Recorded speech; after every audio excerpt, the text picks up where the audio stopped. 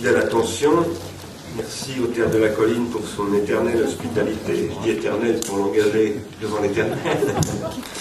Mais on en est toujours frappé de cette générosité qui nous accueille comme ça régulièrement. Merci évidemment à nos invités d'aujourd'hui, qui sont donc Marcel Gauchet, directeur de recherche à l'École des hautes études en sciences sociales, directeur du journal de la revue Le Débat également, Michel Desmurget, directeur de recherche à l'INSERM, neuroscientifique. On peut le dire, c'est comme ça qu'on peut dire? Oui, d'accord. Non, parce qu'il y a des neuropsychologues, il y a des neurologues, il y a des neuroscientifiques. Patrick Cotin, qui est psychologue, je crois, de formation? Non. Je suis travailleur social de formation. Travailleur social. Un peu sociologue. Et qui dirige la maison des adolescents de Nantes. Et qui également a participé, a contribué à la rédaction d'un texte collectif dont il nous parlera tout à l'heure, qui s'appelle Big Bang pour la jeunesse, c'est bien ça? Oui, pour une politique en faveur de la jeunesse. Pour une politique en faveur de la jeunesse. Bon, je remercie vivement ces trois personnes qui ont répondu à notre invitation dans un contexte un peu particulier. C'est je ne sais pas combien nous avons tenu de conférences Ars Industrialis ici au Théâtre de la Colline depuis 7 ans, mais celle-ci n'est pas tout à fait comme les autres. D'abord, elle se tient la veille d'un premier tour des élections législatives. Et d'autre part, quelques temps après une élection présidentielle, qui, je ne vous le cache pas, je crois que je peux le dire pour les gens d'Ars Industrialis, nous a quand même rassurés dans son résultat. Je parle de l'élection présidentielle. Ça nous a amené dans la présentation, l'invitation que nous avons faite par notre diffusion sur Internet, sur notre site, à l'invitation à cette séance d'aujourd'hui, qui est donc consacré à la question de la jeunesse, de l'éducation et de l'avenir, et entre ces trois dimensions d'aujourd'hui, ça nous a amené à affirmer pratiquement tout départ de cette argumentation pour vous inviter ici, que nous sommes tous en charge aujourd'hui, tous porteurs d'une vaste responsabilité. Une responsabilité que nous avons appelée exceptionnelle. Quand je dis nous, je mets le président de la République et le Premier ministre dans ce nous-là, mais je nous y mets aussi. C'est-à-dire que nous pensons qu'aujourd'hui, comme jamais, la société française, enfin comme jamais, il y a certainement eu d'autres moments de ce type-là, mais en tout cas, comme depuis très longtemps, pour la première fois, la société française est face à une très grande responsabilité. Cette très grande responsabilité, nous avons affirmé aussi à Ars Industrialis que nous nous sommes réjouis, et nous nous réjouissons plus que jamais, que le président de la République, le nouveau président de la République, l'ait inscrite sous la responsabilité de la question de la jeunesse et de l'éducation. Nous nous en réjouissons très vivement.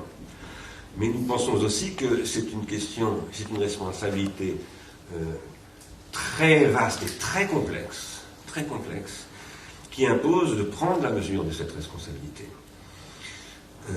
Vous savez que Ars Industrialis s'est constitué, sa raison sociale, c'est l'Association internationale pour une politique industrielle des technologies de l'esprit. Nous pensons, par exemple, qu'aujourd'hui, la question de la jeunesse et de l'éducation doit être la mise en œuvre d'une politique industrielle des technologies de l'esprit. Là, je parle pour Ars Industrialis, je ne parle pas pour nos trois invités, qui sont peut-être d'accord, ou peut-être pas d'accord, ou peut-être nuancés sur ce point. Mais en tout cas, pour ce qui concerne Ars Industrialis, c'est le cœur de ce que nous pensons depuis longtemps. Et plus que jamais, nous pensons que c'est d'une grande actualité, qu'il est très important de faire entendre à la société française cette dimension de l'enjeu. Dimension de l'enjeu qui, dans un livre que vous connaissez sans doute, qui s'appelle, je crois, Les conditions de l'éducation, qui a été coécrit par Marcel Gauchet avec Marie-Claude Blais, voilà, et M. Ottavi, j'ai oublié son prénom, Dominique Ottavi, Madame Ottavi, Dominique Ottavi. Dans ce livre, Marie-Claude Blais écrivait ceci: c'est aujourd'hui toute l'organisation sociale du passage de l'enfance à l'âge adulte, qu'il nous faut repenser si nous voulons préserver la possibilité d'éduquer. Et elle disait par ailleurs qu'aujourd'hui, les conditions de l'éducation, pas simplement de l'éducation nationale, mais de l'éducation parentale, ne sont plus tout à fait réunies.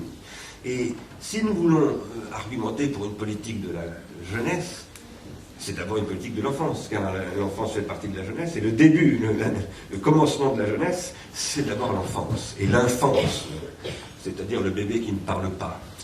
Cela suppose une politique qui commence par là, qui pose ces problèmes-là.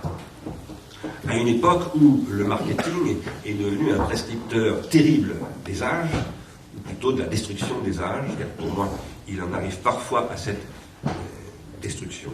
Alors, je ne vais pas parler plus que cela, parce que j'ai beaucoup d'autres choses à dire, mais ce n'est pas à moi de parler aujourd'hui, et il y aura une discussion ensuite, alors avec Denis Cambouchner, ici présent, qui est philosophe, professeur à la Sorbonne de philosophie, qui a travaillé avec Scollet et nous-mêmes, Ars Industrialis, pendant 2 ans, je crois, hein, nous avons échangé, avec Julien Gauthier, ici présent également, et cela a abouti, certains d'entre vous le savent, à la publication d'un ouvrage que nous avons co-signé avec Julien Gauthier, donc Denis Cambouchner, Philippe Mérieux et Guillaume Vergne, et moi-même, qui s'appelle L'école, le numérique et la société qui vient.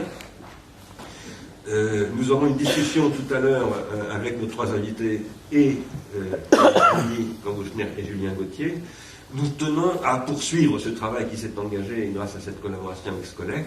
Nous tenons à l'étendre, éventuellement à la faire sortir d'ailleurs des seuls objets qui étaient, par exemple, à l'étendre aux conditions de l'éducation et pas simplement à l'éducation elle-même. Et c'est aussi dans ce périmètre ou ce registre-là que s'inscrit cette séance d'aujourd'hui et le choix que nous avons fait de commencer l'activité d'Ars Industrialis après l'élection de François Hollande par cette thématique-là. Voilà. Donc, très rapidement, quelques mots pour vous dire pourquoi nous avons invité Marcel Gauchet, Michel Desmurget et Patrick Cotin. Bon, Marcel Gauchet, tout le monde le connaît ici, tout le monde connaît ses travaux, je crois que vous avez publié 3 livres sur la question de l'éducation. Nous sommes proches des problématiques que vous soulevez. D'ailleurs, dans le livre que nous avons fait ensemble, Denis Cambouchner a ouvert un dialogue un petit peu avec vous, notamment autour de la question du désir de savoir.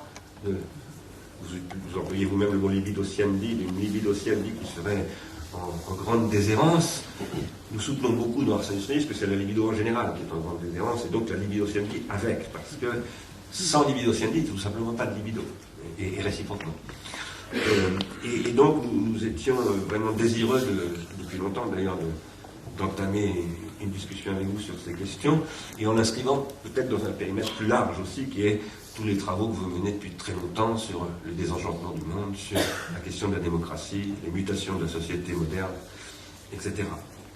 Nous commencerons avec l'intervention de Marcel Gauchet, après qui interviendra Michel Desmurget. Donc Michel Desmurget est un scientifique qui travaille donc à l'INSERM à Lyon, qui a publié notamment un livre que j'ai lu, c'est le seul que j'ai lu aujourd'hui, qui s'appelle TV Lobotomie, qui dit des choses assez proches de ce que nous avons dit ici même depuis pas mal d'années, en particulier sur les effets neuronaux, ou neurologiques, disons, de la consommation médiatique prématurée chez les enfants, mais pas seulement. Il a beaucoup documenté tout cela à travers un travail considérable de surveillance, de veille scientifique, si on peut dire, autour de la question. Et voilà, nous l'avons invité pour parler de cela avec lui, parce que pour nous, ça constitue une question absolument fondamentale, y compris si, comme nous l'avons dit dans ce livre dont je parlais tout à l'heure, le numérique, nous considérons qu'il est inéluctable de mener une politique éducative du numérique et une politique numérique de l'éducation. En même temps, nous pensons que, en général, aujourd'hui, ce qui se fait avec le numérique est absolument calamiteux. Donc, nous voudrions, avec le monde scientifique, ouvrir un chantier approfondi. Nous inviterons, pas ici, mais à l'IRI, bientôt Marianne Wolf, qui est une scientifique américaine qui travaille aussi sur ces questions. Je vous recommande la lecture de son livre qui s'appelle Proust and the Squid, qui est extrêmement intéressant. Et donc, je remercie Michel Desmurget aussi d'être là pour ouvrir avec nous ce chantier que peut-être nous trouverons l'occasion de poursuivre ensemble. D'ailleurs, je crois qu'il sera aussi présent au Centre Pompidou à la fin de l'année sur ce sujet avec Marianne Wolf. Et puis enfin, Patrick Cotin, que j'ai rencontré à Nantes il y a 1 mois et demi environ, qui donc dirige la Maison des Adolescents de Nantes, qui est une structure très intéressante où j'ai d'ailleurs été à la Maison des Adolescents du Havre depuis, qui rassemble des compétences diverses et variées du monde, disons, des travailleurs sociaux, des psychologues, des psychiatres, des éducateurs, parfois des professeurs, des associations de parents, enfin des élus.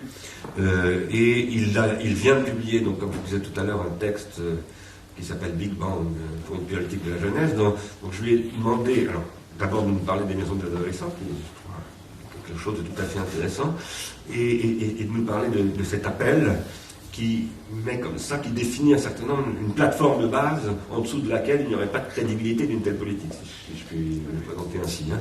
Voilà. Et donc je l'ai invité aussi pour qu'ensuite nous ayons une discussion avec, d'abord entre nous et ensuite avec nous tous pour définir, voilà, qu'est-ce que nous pourrions attendre de façon responsable, c'est-à-dire non pas en trépignant, en tapant du pied, mais en disant immédiatement, dans quelques années et à plus long terme, qu'est-ce que nous attendons des pouvoirs publics français nouveaux qui sont arrivés, qu'est-ce que nous attendons qu'ils aillent défendre au niveau européen sur ce plan-là. C'est pour ça que nous avons construit cet après-midi de cette façon-là, donc d'abord avec un philosophe, puis avec un neurologue, puis avec un travailleur social. Et donc je vous laisse la parole, Marcel Gaucher, en vous remerciant encore une fois de votre disponibilité.